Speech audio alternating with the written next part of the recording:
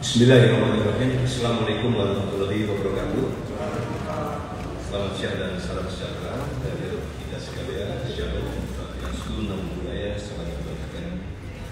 Yang saya hormati rekan-rekan tim sus dari lengkap. Yang saya hormati rekan-rekan media yang sudah hadir. Terima kasih sekali lagi. Rekan-rekan sekalian, atas izin Bapak Kapolri. Bapak Kapolri selalu menekankan kepada tim sus bahwa untuk mengungkap kasus pembunuhan berencana terhadap almarhum 3P, ungkap seterang-terangnya. Dia belum menambahkan, kedepankan scientific dan investigation. Itulah yang dikerjakan.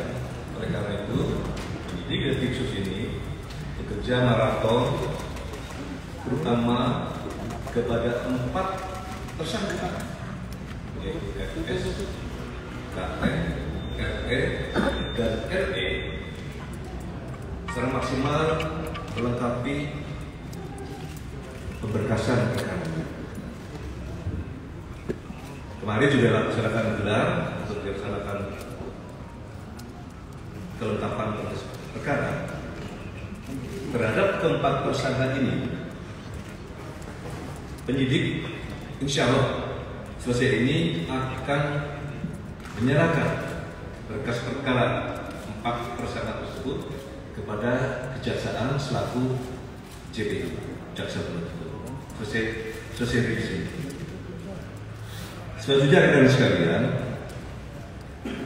tim sus khususnya dalam pemeriksaan khusus per hari ini kita telah melaksanakan pemeriksaan khusus terhadap anggota-anggota kita sebanyak 83 orang. Kemudian yang sudah direkomendasi untuk penempatan khusus sebanyak 35 orang yang sudah direkomendasikan. Yang sudah melaksanakan patsus, yang sudah ditempatkan khusus sebanyak 18, tapi berkurang 3. Berkurang 3 yaitu 1 FS karena sudah jadi tersangka, RR juga sudah jadi tersangka, dan RE yang sudah menjadi tersangka. Kemudian rekan-rekan sekalian, dari personil yang sudah dipatsuskannya ada 15 orang, penyidik melakukan pemeriksaan mendalam, maka terdapat 6 orang dari hasil pemeriksaan yang patut diduga melakukan tindak pidana, yaitu obstruction of justice, menghalangi penyidikan. Oleh karena itu, dalam waktu dekat, saya ulangi namanya, tentu 1 FS, kedua BJP HK, yang ketiga KPP ANT, yang keempat AKBP HR, yang kelima Kompol BW, dan yang keenam Kompol CP. Kalau FS itu sudah. Nah, yang kelima yang sudah dipatsuskan ini dalam waktu dekat juga akan kita limpahkan ke penyidik. Nanti secara teknis saya tidak menjelaskan prasangka pasalnya, saya kira nanti teknisnya.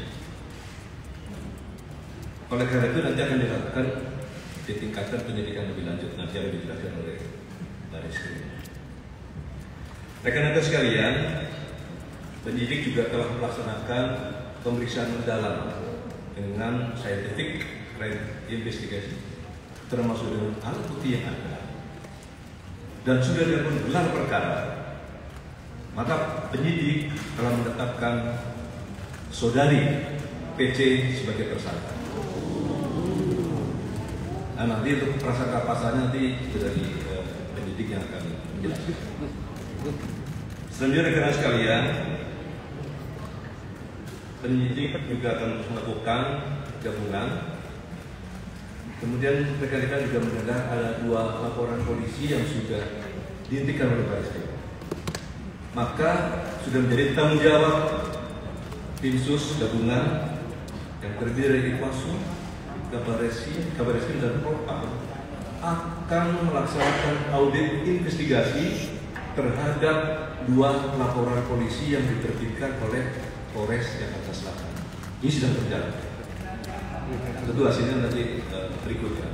Tapi intinya dengan lanjutkan 2 LP tersebut kita akan lakukan pendalaman melalui audit investigasi. Inilah poin-poin yang dapat saya sampaikan. Tentunya ke depan tim sus terus akan melakukan pemeriksaan terhadap anggota-anggota yang memang waktu diduga terlibat dalam kasus pembunuhan berencana terhadap almarhum Brigadir J. Kami dari tim sus dan Bapak Kapolri menyampaikan ucapan terima kasih kepada tentunya Komnas HAM dan Kompolnas yang terus melakukan pengawalan dan pengawasan dalam proses penanganan kasus ini. Kami juga mengucapkan terima kasih kepada rekan media dan masyarakat Indonesia yang memberikan support dan dukungan kepada kita sekalian, sehingga kita bisa mempermudah pengungkapannya secara terang benderang dan transparan. Saya kira itu poin-poin dari saya. Selebihnya nanti dari Mbak Rizky akan menjelaskan. Sekian, terima kasih. Assalamualaikum warahmatullahi wabarakatuh.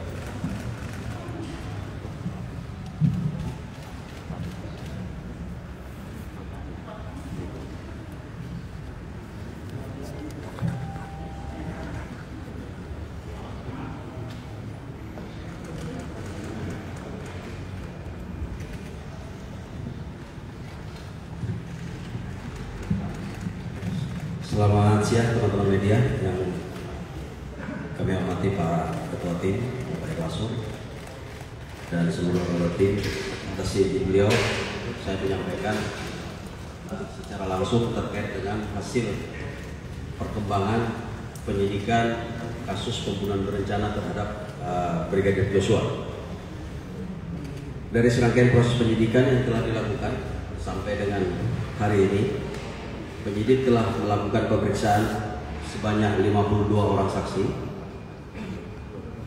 termasuk di dalamnya adalah ahli terkait dengan DNA, balistik metalurgi, ahli kedokteran forensik, termasuk analis digital dan inavis. Kemudian termasuk melakukan penyitaan sejumlah barang bukti.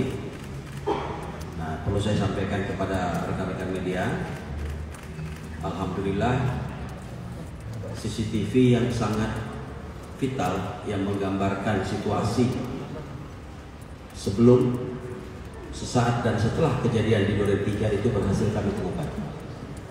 Berhasil kami temukan dengan sejumlah tindakan penyidik. Dari hasil penyidikan tersebut, tadi malam sampai pagi sudah dilakukan sejumlah kegiatan pemeriksaan, konfrontir.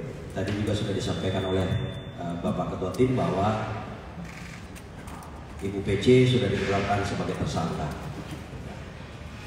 Banyak teman-teman mungkin yang bertanya, ini kapan diperiksa?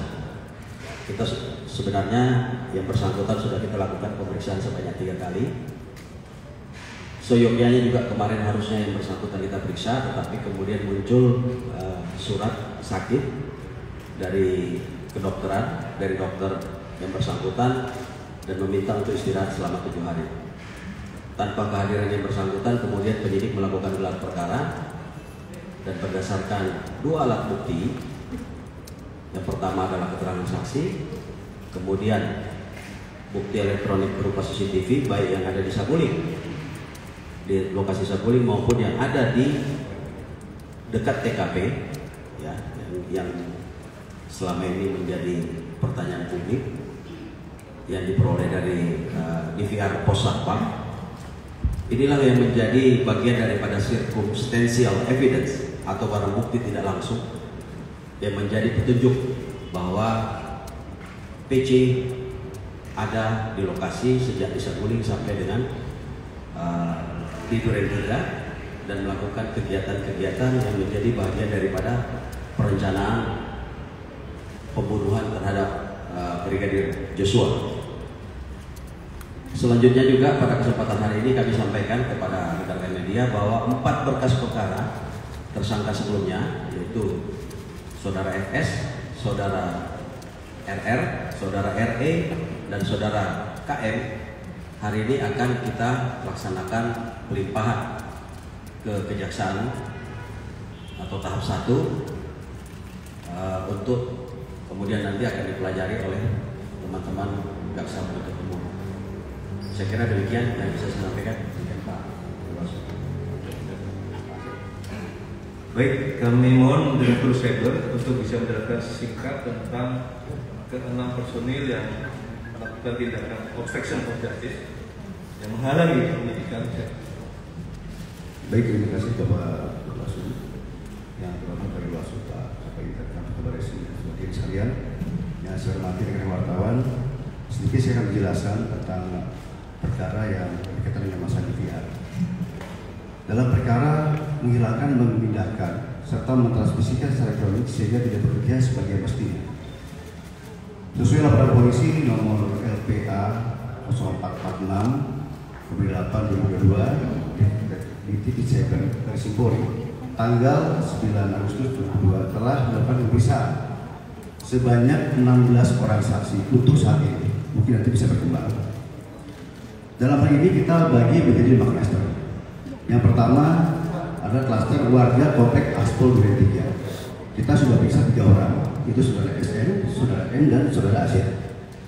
Dan selanjutnya klaster yang kedua adalah yang melakukan pergantian DVR CCTV. Kita sudah melakukan pemeriksaan sebagai saksi sebanyak 4 orang, yaitu saudara AF, AKP IW, AKBP AC, dan Kompol AF.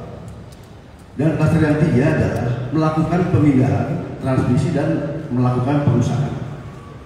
Yaitu ada 3 orang sebagai pemeriksaan. Yang pertama Kompol BW, Kompol CP, dan AKBP A. Dan yang keempat, klaster keempat adalah yang menyuruh melakukan, baik itu memindahkan dan perbuatan lainnya, yaitu IJFS, BJP, HK, dan juga KBP AN. Dan klaster yang kelima perlu saya sampaikan adalah ada 4 yang terpisah. Yang pertama AKPDA, AKPRS, AKBP RRS, dan BRIPKA DR.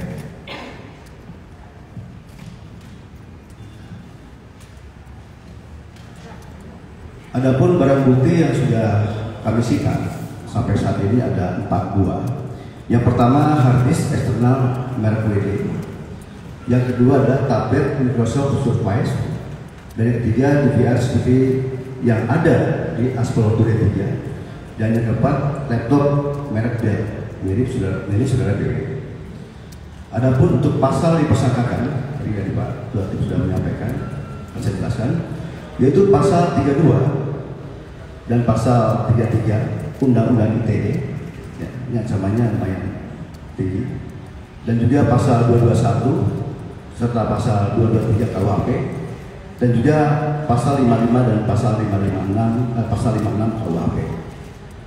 Adapun yang tidak lanjut yang melakukan lanjutan, yang pertama kita akan selalu berkoordinasi dengan Lapor Polri, yang mana ada beberapa barang bukti yang masih kita serahkan di lapor yang perlu kita penjelasan hasilnya seperti apa. Dan juga kita akan berkoordinasi dengan Kejaksaan Agung, ya, DPU berkaitan dengan masalah peran kasus selanjutnya. Dan selanjutnya kita akan melakukan gelar perkara untuk menentukan sesuai dengan Pak Ketua Tim bahwa sudah ada 5 bahkan bertambah. Nanti hasil gelar perkara akan kita sampaikan kembali. Demikian Pak Ketua Tim kami sampaikan. Terima kasih. Baik, terima kasih Direktur Cyber. Rekan-rekan media sekalian, saya kira itu yang dapat kami informasikan. 3 Pak Rumus dan Persangkaan pasalnya Pak, persangkaan pasal 1 medis pas ya.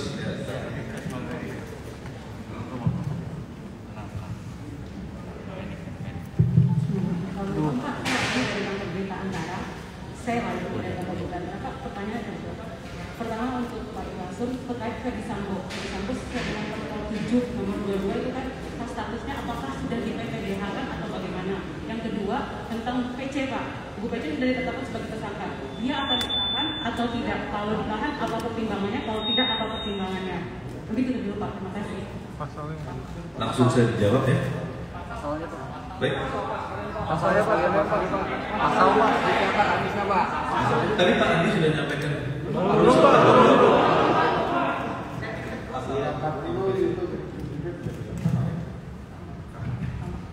Jadi pasal yang kami persangkakan terhadap saudari PC itu adalah pasal 30, surat lagi pasal 340, subsidiar 338, junto pasal 55, junto pasal 56 KUHP.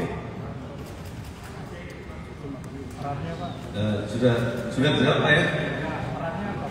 Baik, yang berkaitan dengan perpol tadi dari Antara ya? Ya. Kadipropam sudah melaporkan bahwa ini masih dalam proses pemberkasan. Insya Allah dalam waktu dekat akan dilakukan sidang kode etik. Tapi belum bisa minggu ini, tapi kalau baik tidak minggu berikutnya. Yang kedua, tadi Direktur Debiru menyampaikan, seyogianya kemarin Ibu PC juga diperiksa. Tetapi karena ada surat sakit, maka di-hold. Walaupun tetap dilakukan gelar perkara dan ditetapkan sebagai tersangka, maka sambil berkoordinasi dengan dokter serta nanti status akan ditetapkan oleh saya kira itu. Belum.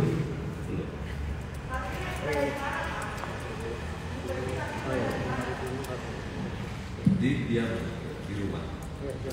Cukup? Nanti selanjutnya Pak Kadip. Baik, terima kasih. Assalamualaikum warahmatullahi